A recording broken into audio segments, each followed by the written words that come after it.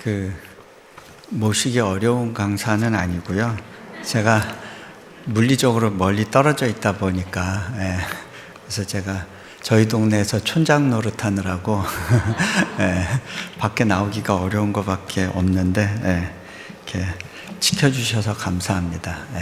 잠깐 기도하겠습니다. 하나님, 이 시간 우리를 홀로 두지 마시고 예배 가운데 주님 동행하여 주십시오. 우리에게 나누고자 하시는 것들이 우리 부족함에도 불구하고 부어지게 하시고 넉넉하게 채워지는 시간 되도록 인도해 주십시오. 또 하나님께서 우리에게 허락하신 것을 뺏기지 않는 시간 되기를 원합니다. 주님 신뢰합니다. 맡겨드립니다. 우리 주 예수 그리스도 이름으로 기도합니다. 아멘.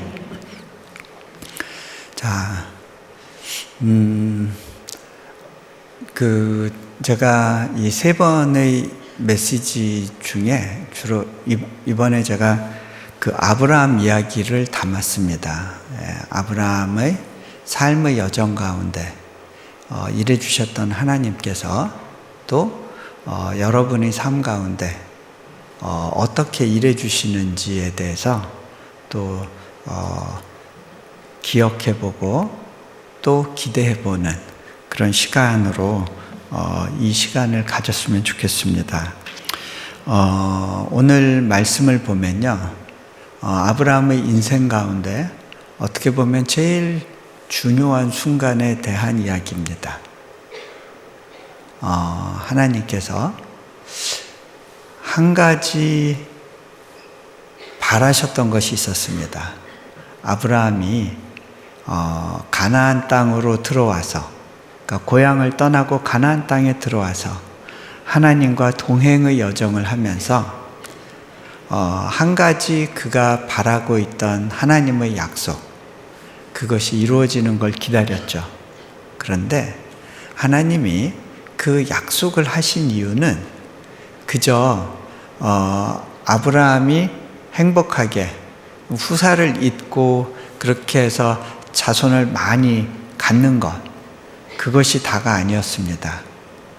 그의 씨에서 나와야 될 사람이 있었습니다. 하나님의 아들 예수님이 그의 씨에서 나와야 됐고요. 그런데 하나님이 우리와 관계를 회복하기 위해서 감당해야 될 희생, 그 희생의 예표로서 믿음의 조상 아브라함에게 하나님이 기대하셨던 것이 있었어요. 그의 믿음의 분량이 자라서 어떻게 보면 이삭은 하나님께 순종한 아브라함에게 허락하신 하나님의 약속이고 아브라함의 상급이었죠. 어떻게 보면 우리의 인생을 걸고 추구한 사명이 될 수도 있습니다. 그것을 다시 하나님께 내어드릴 수 있는가에 대한 질문이었습니다. 너 나에게 너의 전부를 걸 수 있겠니? 하나님이 물어보시는 겁니다. 하고 많은 지역 중에 모리아 땅으로 가서 거기서 번제 제물을 드리라고 하십니다. 그 모리아 땅은 지금의 예루살렘 지역입니다.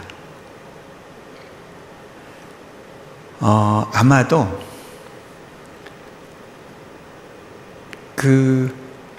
내가 지시한 언덕이라고 했을 때 그 언덕은 골고다 언덕이었을 수도 있습니다. 그렇죠?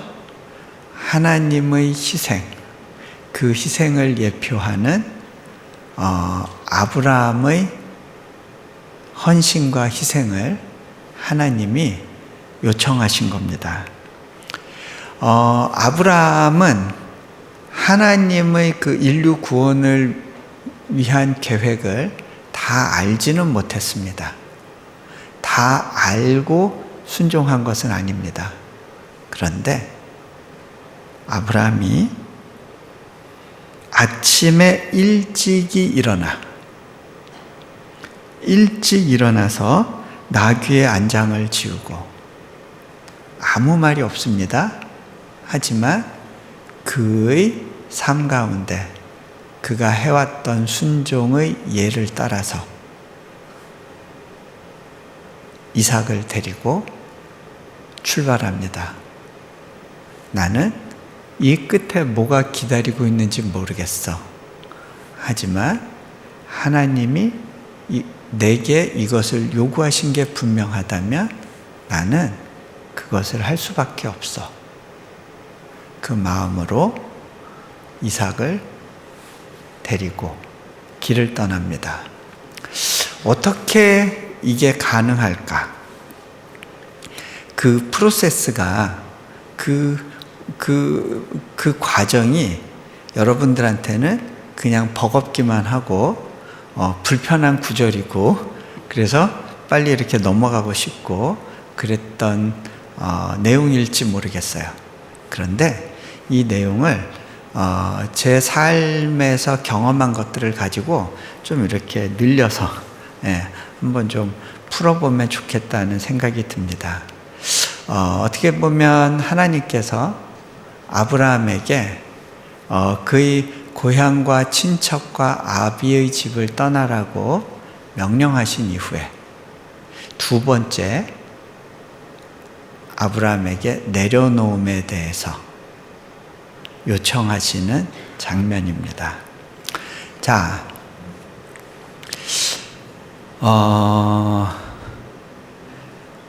여러분들 제가 보니까 모든 네 발 달린 동물들은요, 물에 빠져도 보통 죽지 않더라고요. 다 헤엄쳐 나와요. 개도 그렇고 고양이도 그렇고 물에 빠졌다고 죽지 않습니다. 그런데요, 사람은 자기 키보다 수면이 높은 그런 물속에 빠지면, 수영을 배우지 않은 사람이라면 대부분 빠져나오지 못하고 죽는 경우가 많습니다. 이유가 뭘까요? 자, 사람은 길쭉해가지고요, 이 사람이 물 위에서 부력을 받아서 뜨려면 엎어져야 돼요. 눕든지 엎어지든지. 여러분, 우리가 가만히만 있으면 물에 뜨게 돼 있어요. 힘 빼면 물에 떠요. 하지만 두려움이 오면서 머리를 잡고 수면 위로 올리기 때문에 부력을 받지 못하고 가라앉게 되는 겁니다.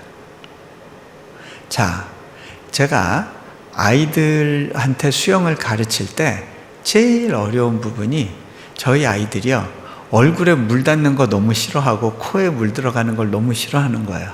그래가지고 이 물속에 머리 박도록 하는데 오랜 기다림이 필요했어요. 자,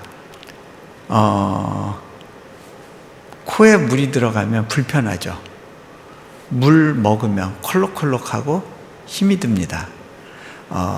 시간이 필요해요. 그런데요, 우리가 이 고개를 물속에 담그고 잠수하는 법을 배우지 않고서는 물에 뜨지 않습니다. 그래서 물에서 호흡하는 법을 배울 수 있게 될 때 우리는 물에서 떠서 가는 법들을 터득하게 되고, 거기에서 새로운 세계를 경험하게 됩니다. 물 밖에서 땅을 굳건히 디디고 있으면서 나는 절대 저기서 안 놀아도 돼, 여기 있어도 나는 충분히 내 생활을 즐길 수 있어 라고 생각하겠지만, 우리가 물속에 머리를 박는 순간 새로운 세계가 열려요. 네. 자, 하나님을 믿고 순종하며 살아가는 삶이 이것과 굉장히 유사합니다. 일반 사람들에게, 수영을 모르는 일반 사람들에게 머리를 박고 물속에 들어가는 일은 죽는 것 같아요. 그런데 그 과정을 통과해야만 우리는 물에서 뜨는 법을 배우는 거예요. 자, 내려놓음이라는 것이 결국 그런 것 같아요. 하나님께서 우리에게 새로운 믿음의 세계를 가르치기를 원하시고 그 물 위에서 이렇게 헤엄치면서 새로운 즐거움을 누리기를 원하세요.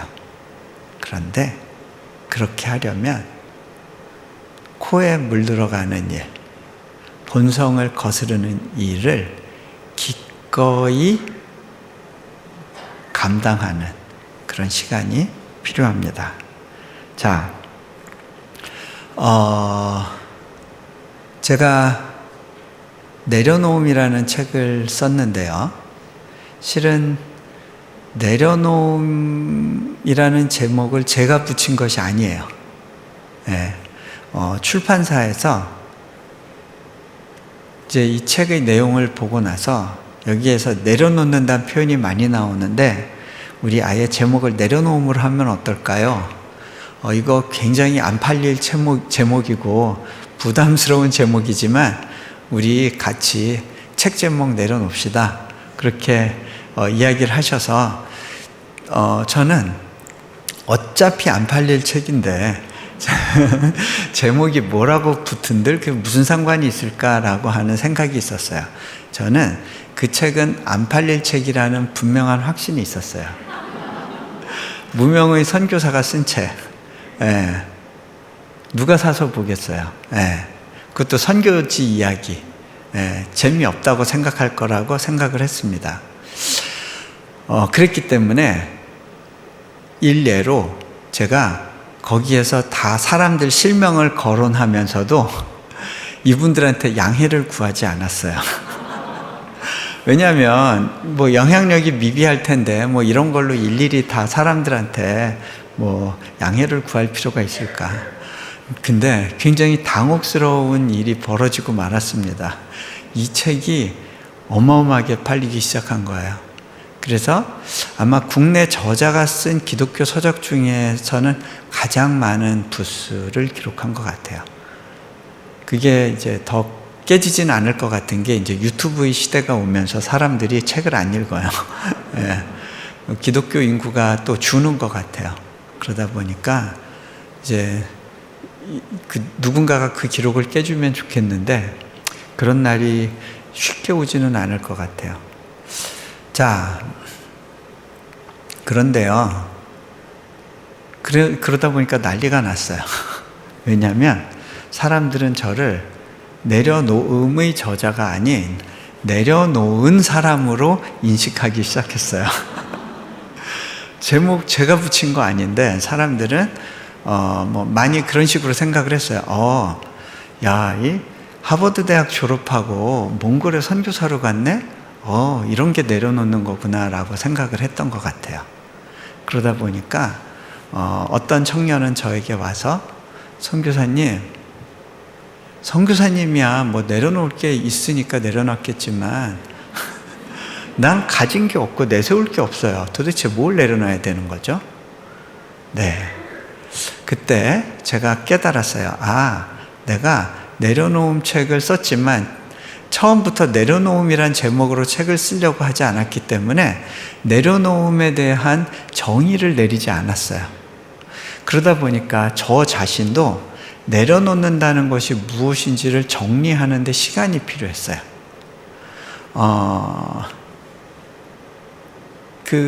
내려놓은 사람으로 산다는 건 굉장히 부자연스럽게 느껴지는 시간도 있었어요.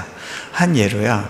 제가 이제 인천공항에서 이제 출국 전에 뭐 아내와 뭐 짐 문제 가지고 좀 다툰 적이 있었어요.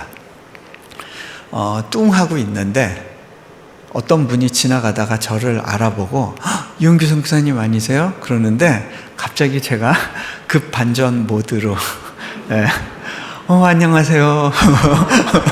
예, 웃으면서. 예, 근데 그러는 저를 보면서 속으로 으이그 잘하고 있다. 예, 그런가 하면 이제 사람들이 내려놨다는 사람은 어떤 옷을 입을까? 어떤 차를 탈까? 어떤 신발을 신을까? 그런 거에 대해서 궁금해 한다는 걸 알면서 불편해졌어요. 한 번은 제가 여름 양복이 필요해서 중국에 갔을 때 짝퉁 시장에서 그 당시에 이제 여름 양복을 5만 원에 2벌을 샀어요. 예. 싸게 샀다고 좋아했는데, 더군다나 그 중에 양복 하나는 조지 알마니 짝퉁이었어요.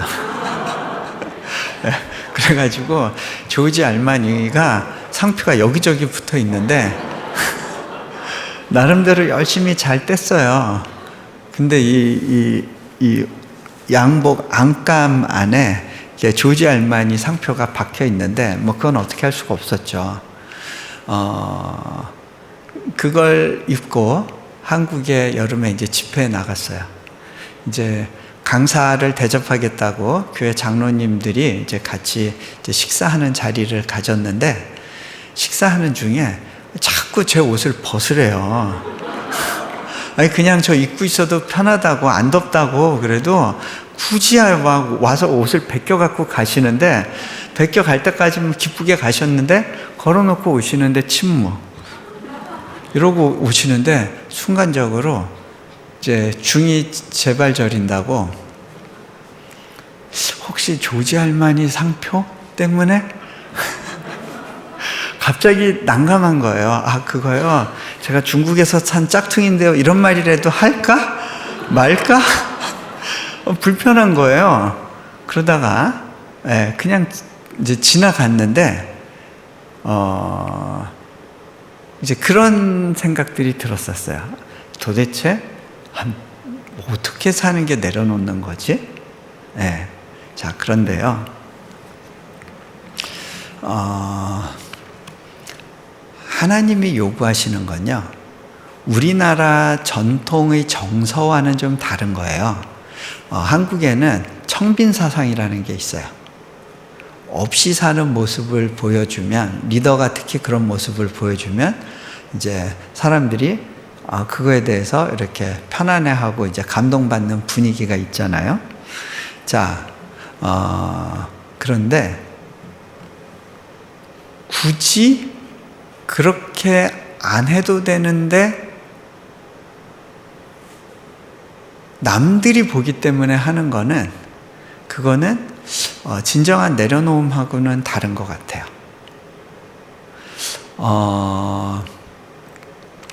청빈사상, 좋은 전통이지만 하나님 안에서 내려놓는다는 건요, 좀 다른 거예요.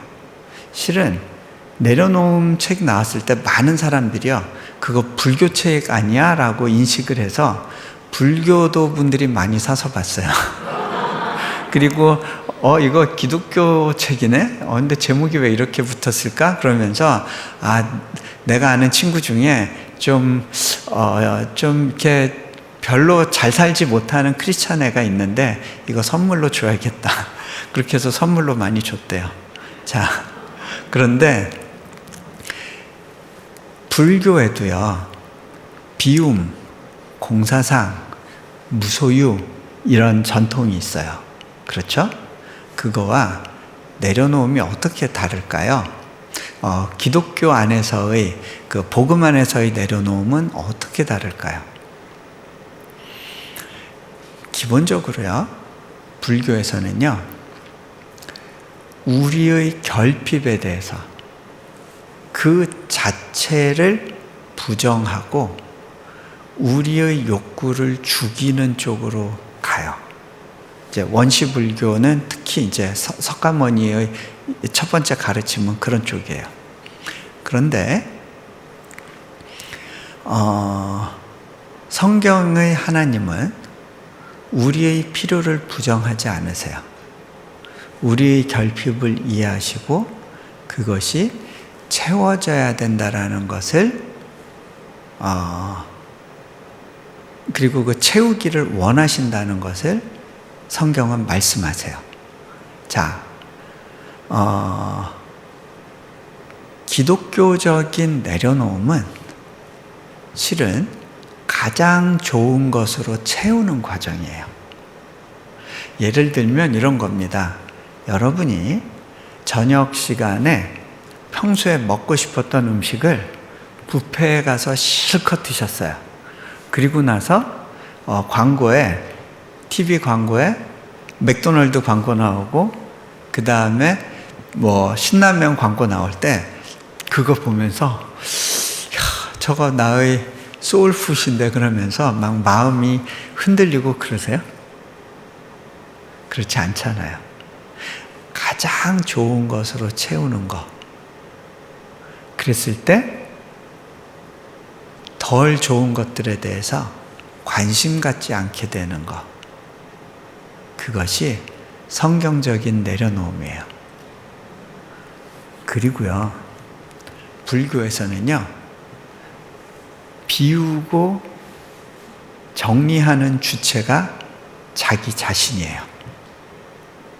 그런데요, 우리는 알아요.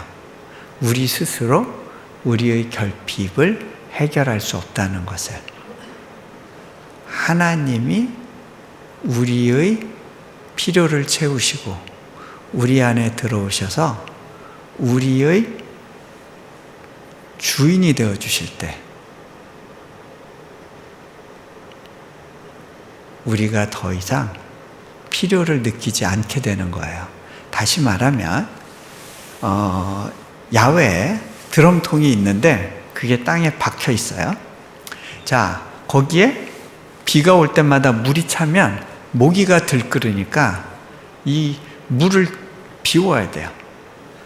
불교적인 방법은요, 그 드럼통에 물을 계속해서 퍼내는 거예요. 그런데 기독교적인 방법은 그 드럼통을 모래로 채우는 거예요. 흙으로 채워놓는 거예요. 자, 그 부분이 달라요. 자, 가장 좋은 것으로 채우는 과정. 여러분, 시편 23편 1절 여러분들이 많이 아는 구절일 거예요. 여호와는 나의 목자시니 내게 부족함이 없으리로다. 다윗은 험한 시간을 살았어요. 광야에 쫓기며 살았어요. 그런 그가 여호와는 나의 목자시니 내게 부족함이 없다고 고백을 해요.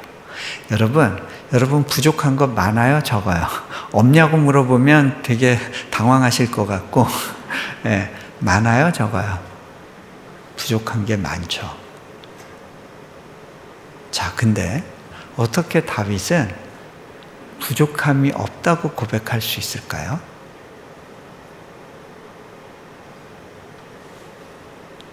우리 안에 부족함이 들어온 이유가 있어요.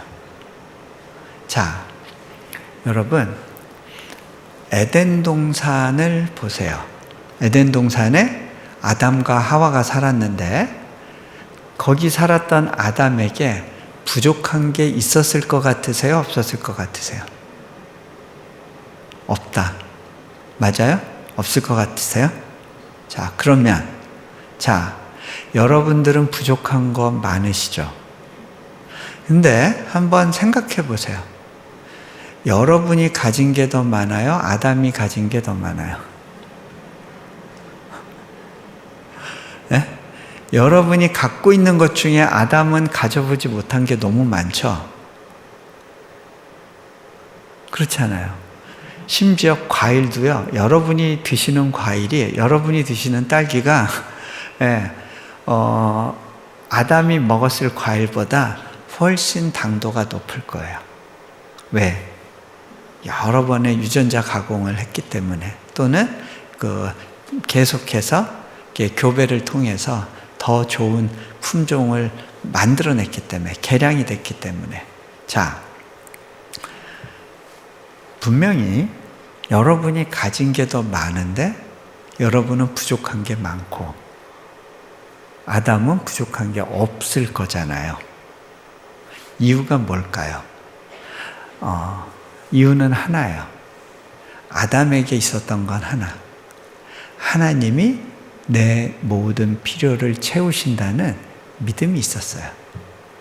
여러분, 실제로 무엇을 갖고 있느냐, 갖고 있지 않느냐의 문제가 아니에요. 하나님이 나를 채우신다는 그 믿음이 있었을 뿐이에요. 단순하지만 굉장히 파워풀한 믿음이에요. 여러분, 내려놓음의 기초는 뭐냐면요, 하나님이 내 필요를 채우신다는 믿음에서 시작해요. 그 믿음이 없는 사람은 절대 손에 들고 있던 걸 놓을 수가 없어요.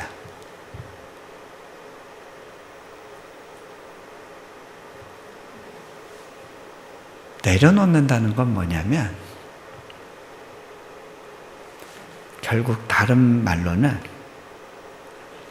하나님이 내 필요를 채우신다는 사실을 내 삶 가운데서 믿음으로 고백하는 삶이에요. 자, 그런데요, 아담의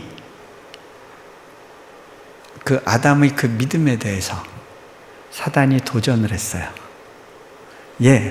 너 부족한 거 있어. 너 못 먹는 과일 있잖아. 네가 그걸 먹게 되면 완전해질 텐데, 네가 인생의 주인이 되는 거야. 다시 말하면 네가 판단의 주체가 되는 거야. 무엇이 악하고 무엇이 선한지의 기준점이 네가 되는 거야. 자, 예전에는 그 기준점이 하나님께 있었어요. 하나님이 선하다고 보시는 것이 선하고 하나님이 악하다고 보시는 게 악해요. 그런데 하나님께서 아담과 하와에게 너희가 참 아름답고 내가 너희를 보고 흡족하다라고 이야기를 해주셨기 때문에 자기들은 벌거벗고 살았지만 가릴 필요가 없었어요. 그런데 선악과를 먹고 나서부터 자신의 관점을 가지고 나를 보고 상대방을 보니까 부끄럽고 부족한 것 투성이었어요. 인간의 결핍이 시작됐어요. 더 이상은 여호와가 목자가 되지 않은 상태죠. 자, 그때 그것을 가리기 위해서 무화과 나무 잎으로 자신을 가려요. 그런데 그거는 임시 방편이에요.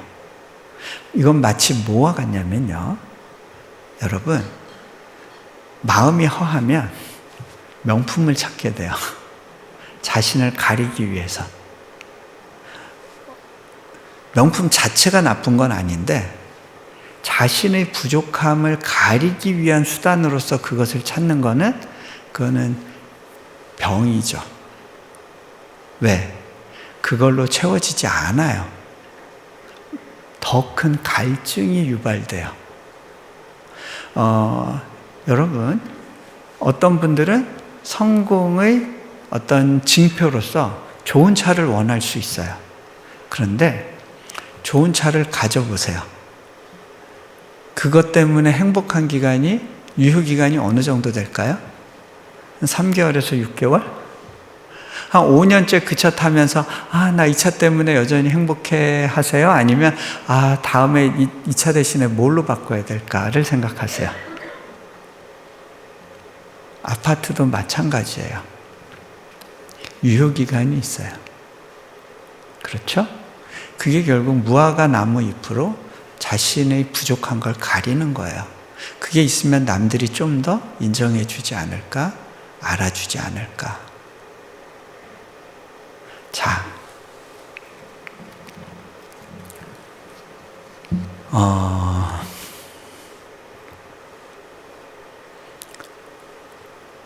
내려놓음의 시작은요,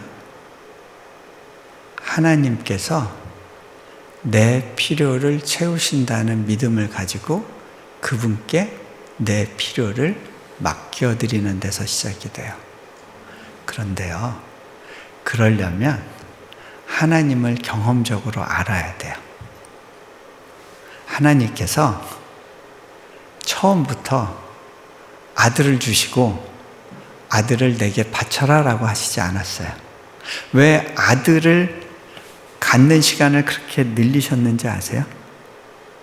하나님께서는 아브라함의 믿음이 장성해서 나의 유일한 의지처는 주님밖에 없습니다 라고 하는 그 고백의 단계로 들어가기를 원하셨던 거예요. 자,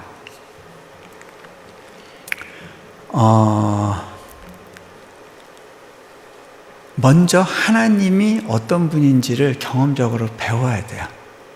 근데요, 역으로 그러기 위해서는요, 내 몸을 던져보는 시간이 필요해요. 물속에 내 머리를 박는 시간이 필요한 거예요. 그래야 내 몸이 물에 뜨는 것이 어떤 건지를 감각적으로 알게 되는 것처럼. 이게 닭과 달걀의 관계 같은 거예요. 제가 예전에 그 학교 허가를 받기 위해서 건물을 처음 지으려고 할 때 건축 허가를 받는데 인도네시아에선 그 허가 과정이 굉장히 길고 복잡해요. 너무너무 어려운 과정인데, 왜냐하면 또 더군다나 부정한 돈을 안 쓰고 하는 거는 너무너무 어려워요. 불가능에 가까울 정도로. 근데 그 대학 허가를 받기 위해서 건물을 지으려고 허가를 받는 건데, 건물 지을 허가를 받으려면 학교 허가가 필요해요. 그런데 학교 허가를 받으려면 건물이 필요해요. 닭이 먼저냐 달걀이 먼저냐. 근데요, 우리가 믿음 생활을 하면서 믿음이 실제로 자라가는 과정도 이와 마찬가지예요. 나를 던져야 믿음이 생기고, 또 믿음이 생겨야 나를 던질 수가 있어요. 그렇죠? 자, 제가 이제 내려놓음 쓰고 얼마 있다가 이제 이런저런 집회에 가게 됐었는데, 그 중에 이제 두바이에 가서 말씀을 전할 때였어요. 두바이 물가가 굉장히 비싸더라고요. 뭐 조그마한 호텔방인데 그게 하루 방값이 그 당시 돈으로 300불이었어요. 꽤 부담스러운 가격. 물론 제가 내는 건 아니었지만 거기서 뭐 숙소에 있고 식사 대접받고 하면서 도대체 이 비용이 다 얼마나 드는 거야 하고 생각해 보니까 호텔 방값 하나가 거의 우리 몽골에서의 한 달 생활비 정도 되는 거예요. 야, 이거 너무한데? 이제 그런 생각이 들었어요. 어느 날 이제 그 집회 전에 식사 대접 받고, 근데 제대로 시차 때문에 많이 먹지도 못하고, 그리고 이제 집회 끝나고 이제 숙소에 돌아가는데, 그 호텔에 들어가면서 제가 넋두리로, 하나님, 저는 실은 이런 호텔방 필요 없는데요. 제가 굳이 여기 있을 이유가 뭐가 있죠? 내려놓음을 썼다는 사람이 이거 차라리 돈으로 주시면 몽골에서 잘 쓸 텐데 저는 굳이 이런 공간이 필요 없는데요. 낭비처럼 느껴져요.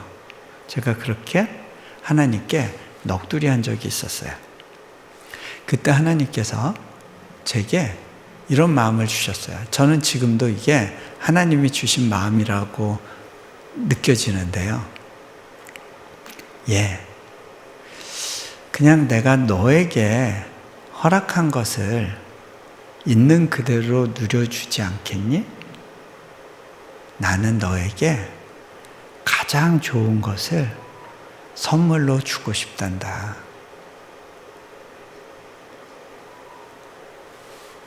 여러분, 하나님의 그 마음이 느껴지고 믿어지면요, 지금 하나님이 당장 뭐를 내게 허락해 주시냐 해주시지 않냐, 그것이 그렇게 중요한 문제가 아니더라고요. 여러분, 내가 부족함이 없는 이유는 여호와께서 공급해 주시기 때문이 아니라 나를 향한 특별한 마음을 갖고 계신 분이 나의 목자라는 그 사실 때문이에요. 공급해 주시냐 안 해 주시냐의 문제가 아니라 그분이 나의 목자라는 사실이 믿어질 때 오는 거라고요. 자,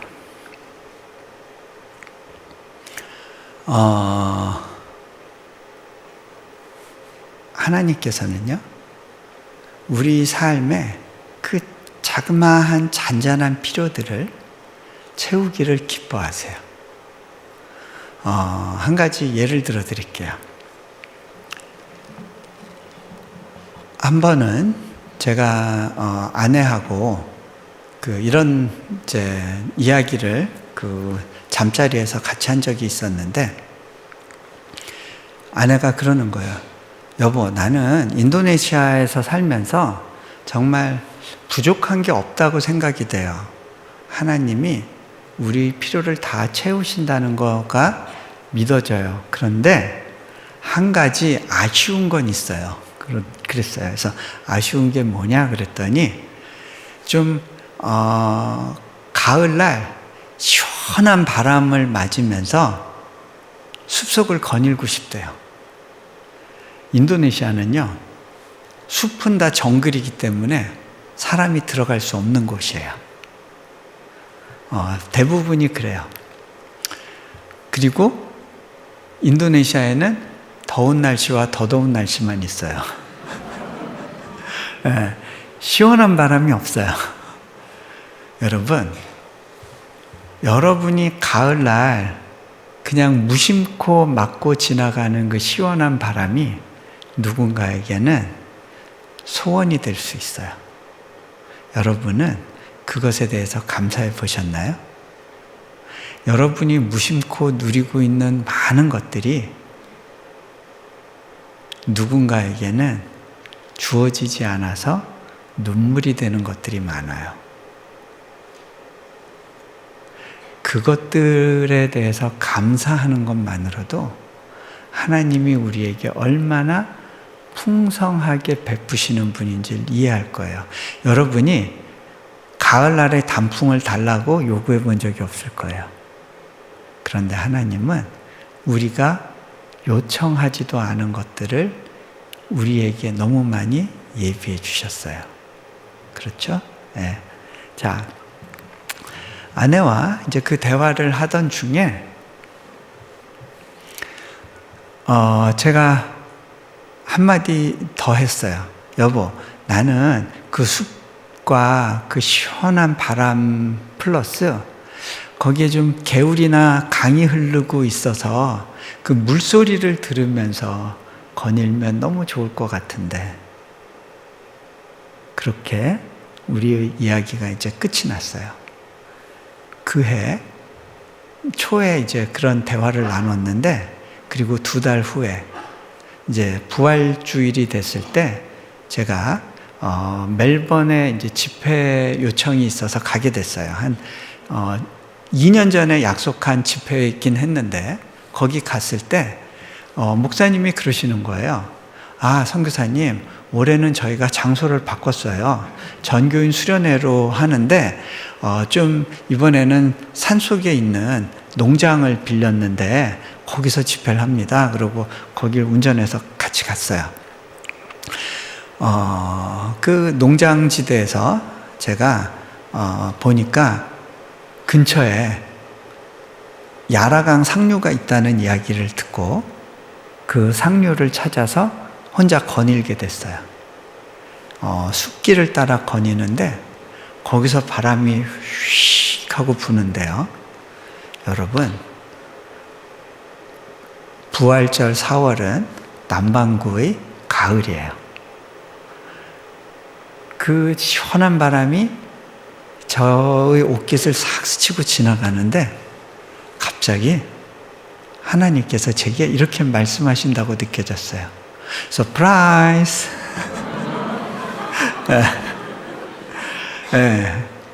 놀랬지? 짜잔!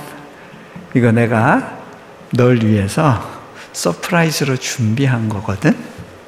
그렇게 말씀하신다고 느껴졌어요. 하나님, 저 진짜 놀랐어요. 예상하지 못했던 거였거든요. 하나님께서 저와 아내의 베갯잎을 두고 한 그 속삭이듯 한 그 이야기를 듣고 계셨던 거예요. 그리고 내가 선물을 준비하고 싶어. 여러분, 그분의 그 마음을 누리는 것만으로도 다른 것이 필요 없구나라는 걸 느끼게 돼요. 제가 내려놓음 쓸 때만 해도 그거를 잘 이해는 못했던 것 같은데 어쨌든 내려놓음 책에 가장 많이 나온 두 표현이 뭐였냐면 내려놓는다는 것과 하나님 한 분으로 만족하는 삶이었어요. 혹시 읽어보신 분들은 기억하실 텐데 하나님 한 분으로 만족하는 삶. 저는 그게 어떤 관계가 있는지 잘 몰랐는데요. 제가 한 20여 년 내려놓음의 저자로 살면서 생각하고 또 경험하고 묵상해 보니까 그렇구나. 내려놓음과 하나님 한 분으로 만족하는 삶이 수레바퀴의 두 바퀴와 같아서 이게 같이 돌아가는 거구나라는 게 이해가 되더라고요. 이게 동전의 앞뒷면 같은 거구나. 자,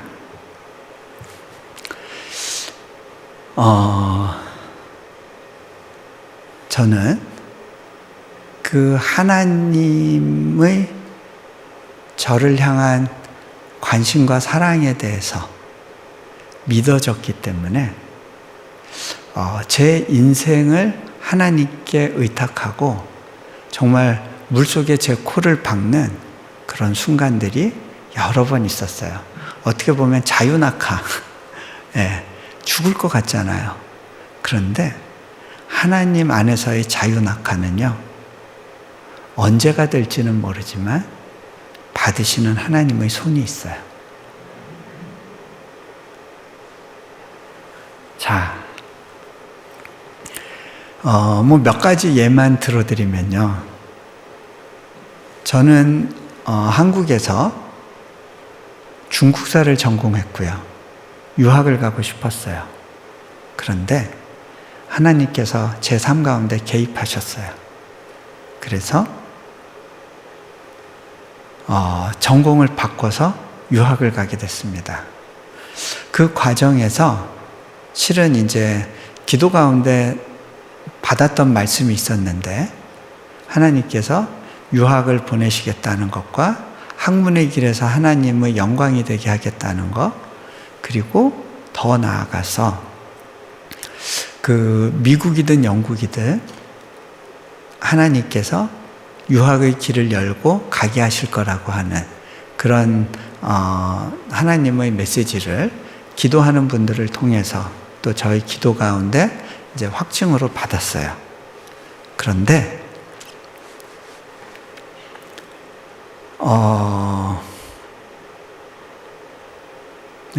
그게 어떤 건가 되게 이제 어떤 분들은 의아해 하실 텐데요.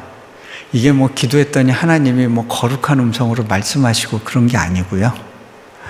우리가 오랜 기간, 그것도 하루아침에 뭐가 탁 오는 게 아니고요. 하나님의 뜻을 구하며 기도하는 가운데 하나님께서 특별한 감동 가운데 제 마음에 새겨주시는 어떤 인스퍼레이션이라고 할까요? 임프레션이라고 할까요? 성령의 감동이라고 그러죠. 그거를 느끼는 경우들이 있어요. 그리고 그것들이 조각조각 모인 것들이 우리가 함께 기도하는 가운데 하나님 안에서 확증되어지는 과정이 있어요. 어느 날 하루아침에 되는 건 아니죠. 그런데 어쨌든 그런 가운데 저희 지도 교수님이 저희 유학을 반대하셨어요. 넌 한국에 남아서 그냥 내 밑에 있으면 돼.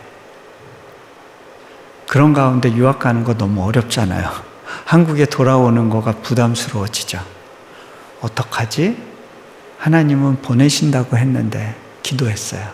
그런데 저희 교수님이 독일로 안식년 가셨다가 돌아오셔서 저에게 자네 굳이 유학을 그렇게 가고 싶으면 전공을 바꿔서 가보지 않겠냐고 물어보세요. 혹시 이슬람사 해볼 생각 없냐고. 그걸 하면 새로운 분야고 어차피 내 밑에서 배울 수 있는 게 아니니까 유학의 정당성도 있지 않냐고 그러면서 권하시는 거예요. 제가 하나님께 기도했어요. 하나님, 전공 바꾸는 거 쉽지 않잖아요. 그렇게 되면 받아줄 학교도 없을 거고요. 그곳에서 새롭게 적응하는 것도 힘들 거고요. 언어 공부 다 다시 새로 해야 되는데요. 제가 중국어를 5년 공부하고 일본어를 2년 공부하고 한문을 사서삼경을 외우다시피 공부하고 중국사를 위한 완벽한 준비를 해놨다고 생각을 했는데 전공을 바꾸라시는 거죠. 지나온 세월들이 있는데 하나님, 이게 하나님 뜻이 맞습니까? 근데 그때 히브리서 믿음장 11장인가요? 거기에 한 구절이 제 머리를 때렸어요.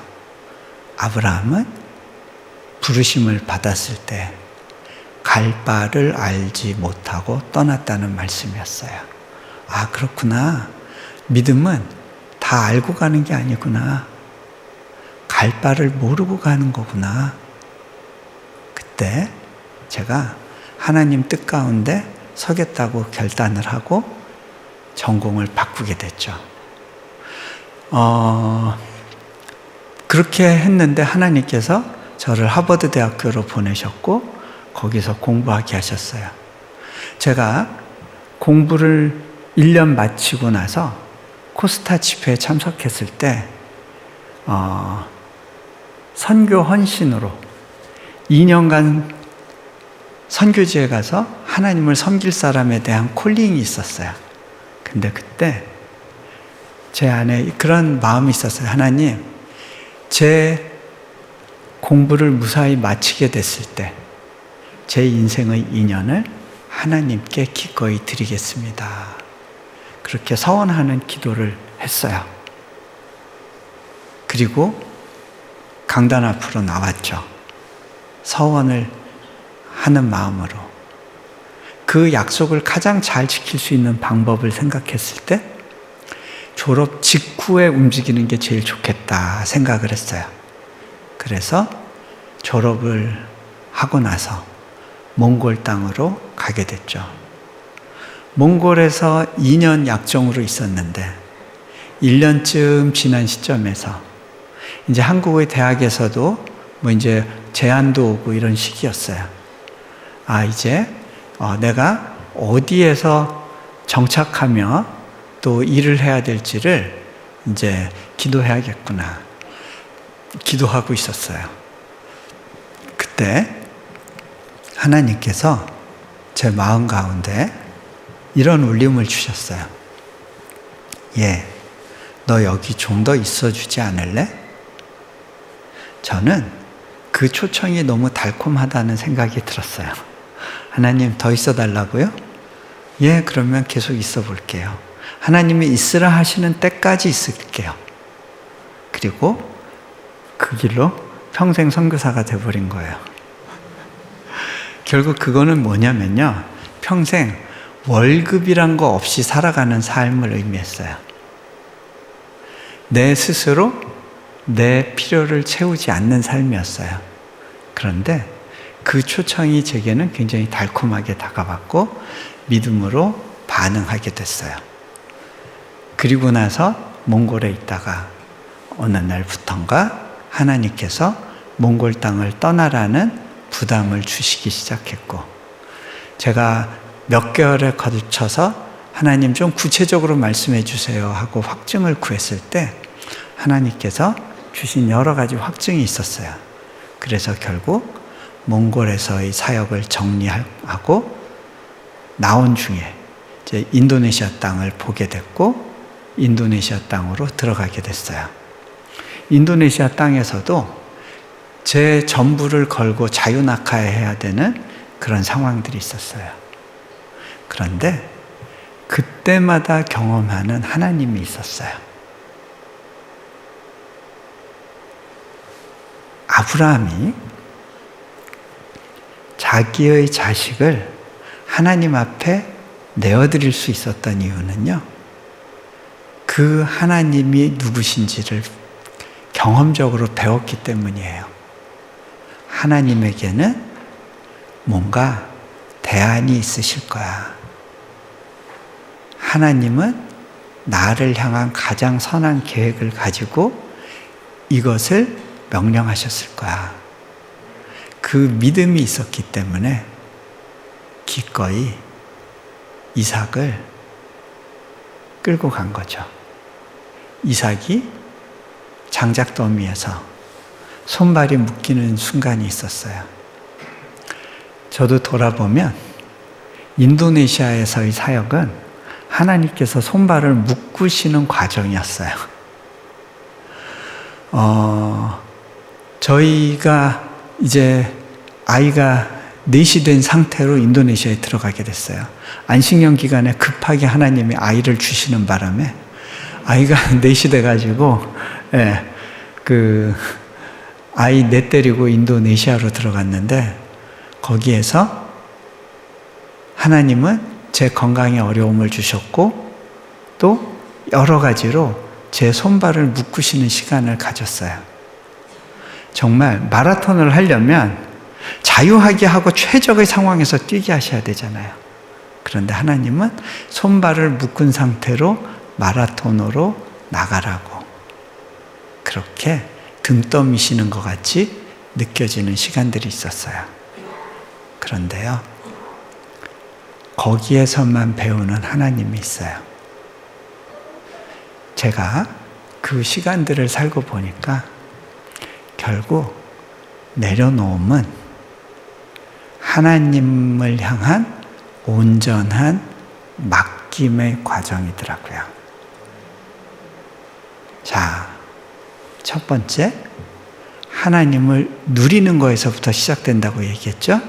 하나님이 얼마나 선하고 좋은 분이신지를 맛보아 아는 과정에서 우리가 하나님께 우리가 움켜쥐고 있는 걸 놓을 수 있게 되는 거예요. 그리고 그 과정에서 소유하게 되는 것이 있어요. 여러분, 아브라함에게 있어서 최고의 선물은 하나님의 약속이 아니었어요.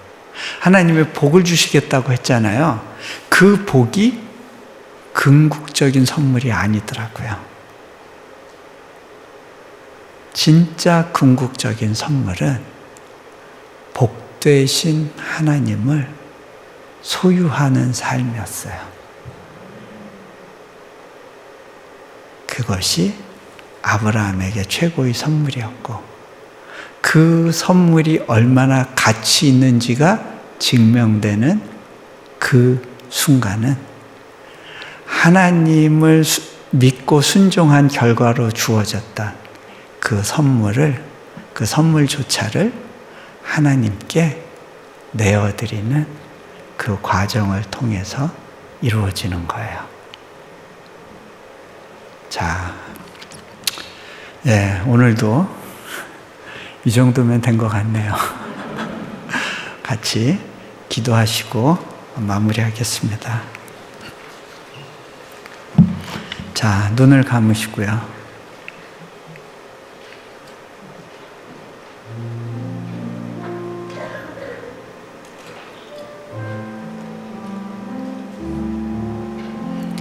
우리 안에 많은 갈망이 있고, 때로는 그 갈망이 이루어지지 않을 것 같은, 그리고 하나님이 내가 원하는 방식대로 일해 주시지 않는 것 같은 상황 가운데 우리는 낙담하고 또 실망하고 하나님에 대한 기대가 쓰러지는 그런 시간들을 지나기도 했을 겁니다.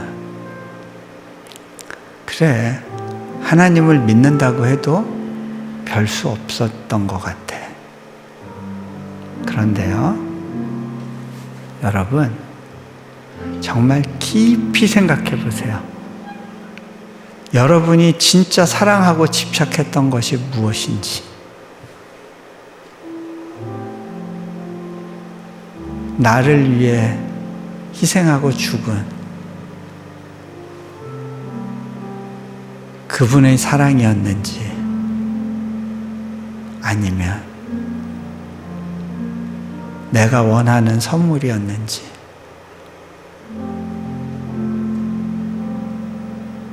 내 삶을 의미 있다고, 가치 있다고 느끼게 한 것들은 무엇이었는지, 내가 원하던 목표가 이루어지는 것이었는지, 아니면 그분이 내 삶의 주인이 되는 그 기쁨을 누리는 것이었는지,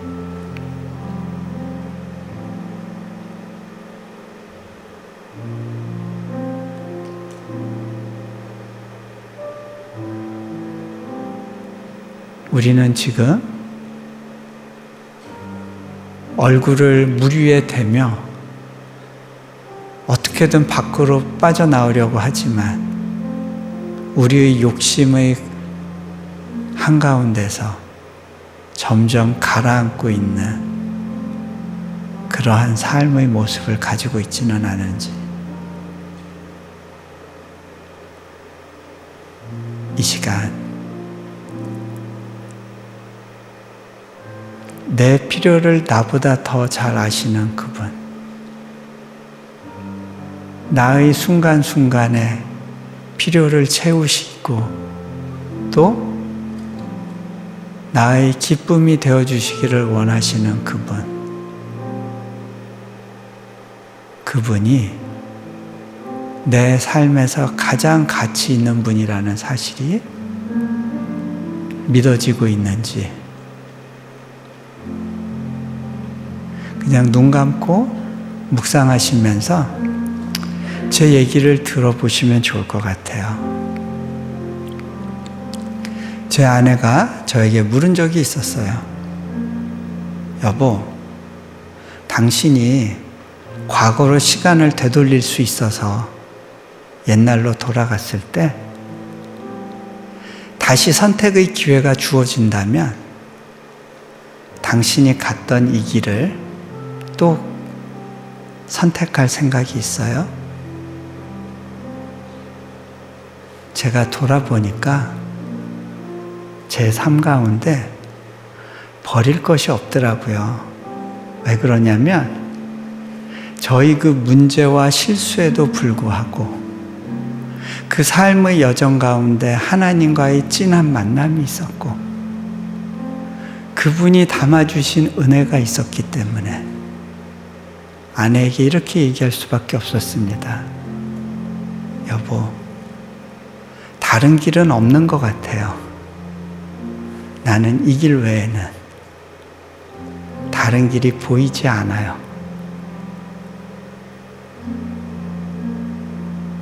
왜냐하면 내 삶은 가장 좋은 것을 선택하는 삶이었거든요.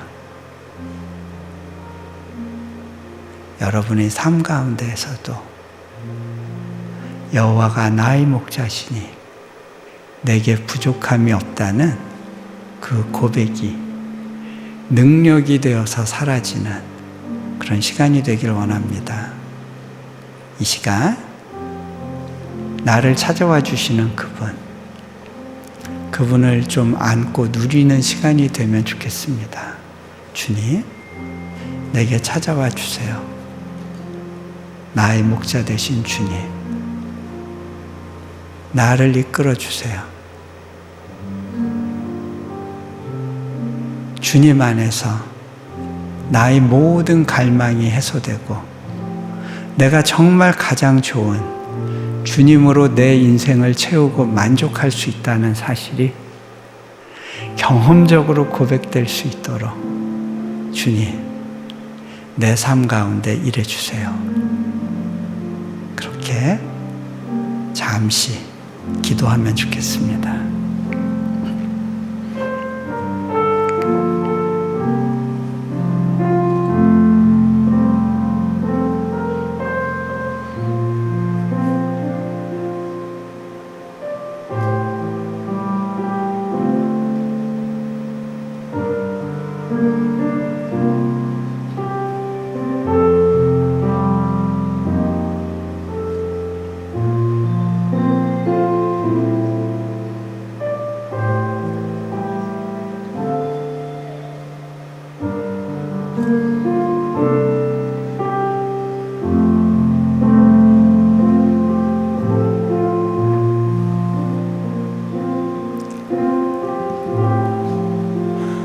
제가 마무리 기도하겠습니다.